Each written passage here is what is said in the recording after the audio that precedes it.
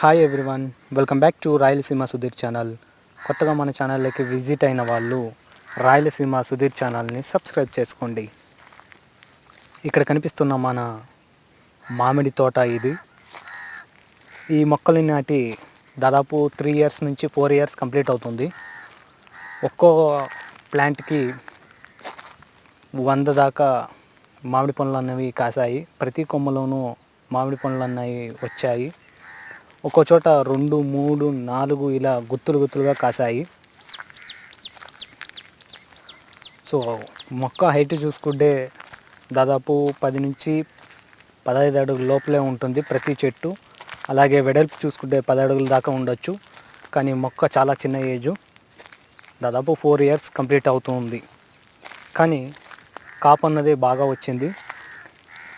మామిడి చెట్టు దగ్గర మేము ఎలాంటి క్లీన్ చేయకుండా, అలాగే పాదులు చేయకుండా అలాగే వదిలేసాము. సో అక్కడ ఏది డిసీజ్ అన్నది, అలాగే ఎలాంటి తెగులు అన్నది అటాక్ కాలేదు ఇంతవరకు. చెట్టు చూడడానికి చాలా హెల్తీగా ఉంది.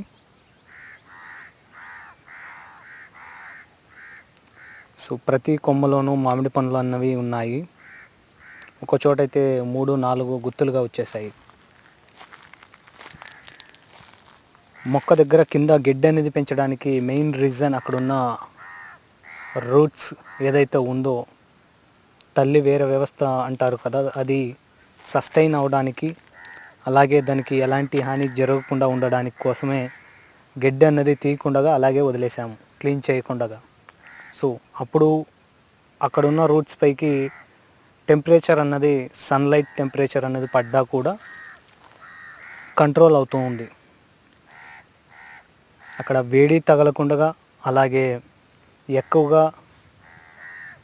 కోల్డ్ వెదర్ ఉండకుండా రెండిటి మధ్యలో వాతావరణం ఉంటుంది గడ్డి అలాగే ఉంచితే. Thank you for watching. ఇలాంటి మరిన్ని విషయాలు తెలుసుకోవడానికి రాయలసీమ సుధీర్ ఛానల్ని సబ్స్క్రైబ్ చేసుకోండి.